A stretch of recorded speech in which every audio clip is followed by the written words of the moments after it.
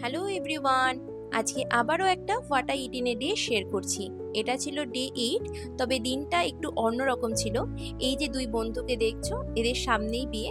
তো তাই জন্যই আমরা একটা ছোট্ট করে আইবুড়ো ভাতের আয়োজন করেছিলাম সবাই মিলে। তো আয়োজনে কি কি ছিল চলো দেখে নেওয়া যাক। আয়োজনে ছিল সাদা ভাত, পোলাও, 5 রকম ভাজা, তার সাথে ছিল মুগ ডাল, এঁচোড় চিংড়ি, চিকেন কষা, ইলিশ মাছের মুড়ো ভাজা। আর 5 রকম ভাজা কি কি ছিল? ছিল পার্শে মাছ ভাজা, বেগুন ভাজা, ভেন্ডি ভাজা, আলু ভাজা আর কলকা করে পটল ভাজা। এর সাথে ছিল ইলিশের একটা প্রিপারেশন, ইলিশ বরিশালি।